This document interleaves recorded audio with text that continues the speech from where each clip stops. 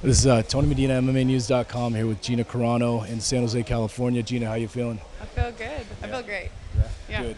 And I asked you earlier, but your training camp, can you go over it a little bit with me? What you did to prepare for this fight? Yeah, I worked with strength and conditioning, Muay Thai, boxing, jiu-jitsu, sparring. I just really pushed myself, for this fight and trained for the new 5 5-minute rounds, which I fought that twice, but they didn't go the distance, so I didn't really get to experience a full 25 minutes of fighting. So I've been doing a lot of visualizing and just trying to prepare for this fight, under such intense circumstances and against a great opponent. It's, and I feel like I'm good. I feel like I'm in a really good place right now.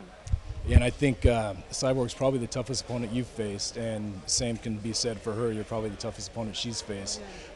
Is there any kind of anything different in your preparation for the fight here, aside from obviously raising your caliber of training, but just mentally, the whole camp? Is there something you guys did different this fight than from the 7 others that you've won? I think I've relied on a lot more on the people that surrounding me, and I really have wanted to be healthy and positive in my thinking. But when I wasn't, I had Randy Couture, I've had all my coaches and trainers and friends around me, and so mentally, training for Cyborg has just obviously just intensified everything, kind of like the fights on steroids, like it just kind of everything just gets intensified. And now I've heard you several times say mentally, you mentally focus, you mentally visualize.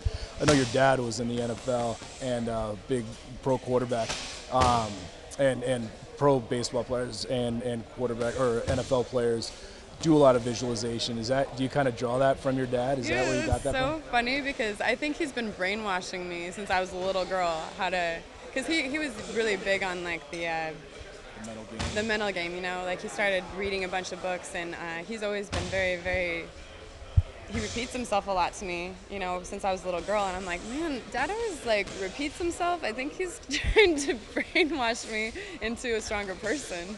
So I think that he definitely has just kind of raised us that way, me and my sisters. Good. And now let's talk about kind of you on a personal level in the sport of MMA.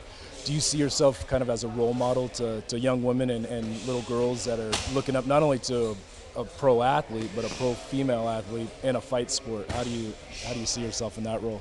I think a lot of people and a lot of little girls and a lot of men and a lot of women, do really find it inspiring what I've been blessed with the opportunity to do. I didn't create these opportunities for myself. Like, I was blessed with them and I took them. And it's not always been easy. But what I would like people to know is that they're capable. They're capable of anything. They're capable of their dreams plus, a million. If they see it in me, then they can see it in themselves. And so, because people are always going to let you down. Like role models and idols and those type of people that you put up on pedestals are always, no matter what, sometime in their career, sometime in their life, they're going to let you down and they're going to do something that's disappointing.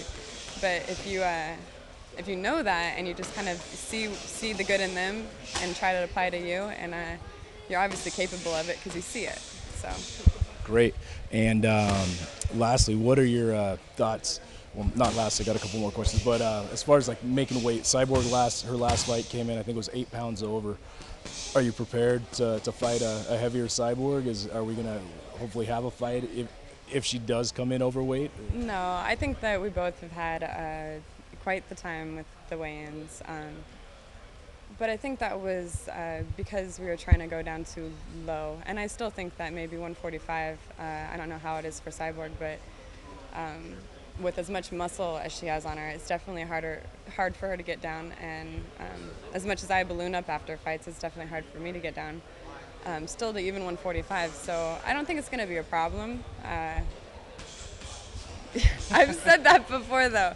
So we're just gonna get there on Friday. I know, I'm positive. I'm making that if I have to cut my hair, shave my head. If I come the day of weigh-ins with a shaved head, it's because I needed to lose that extra half a pound. Nice. No, but I'm gonna stay positive about it. We're both taking each other seriously, and I don't think it's gonna be a problem. And now the $1 million question that every guy wants to know is Gina Carano single or?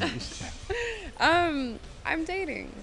I date, and I think that I hold that, because marriage and dating and the loved one in your life is like, I think, the most important thing in the world. So I think that's gonna take a while for me to actually commit to. I have the commitment problems. No, but I do date, and I think it is one of the best things to have that close of a relationship with the opposite sex. So we'll see. Yeah. Coming to the wedding? No. Yeah, you invite me, I'll be there. All right, well, you guys heard it here. Gina Carano, Tony Medina, MMANEWS.com. Thanks a lot, Gina. Thank you. All right, take care. I'll see you Saturday. Good luck.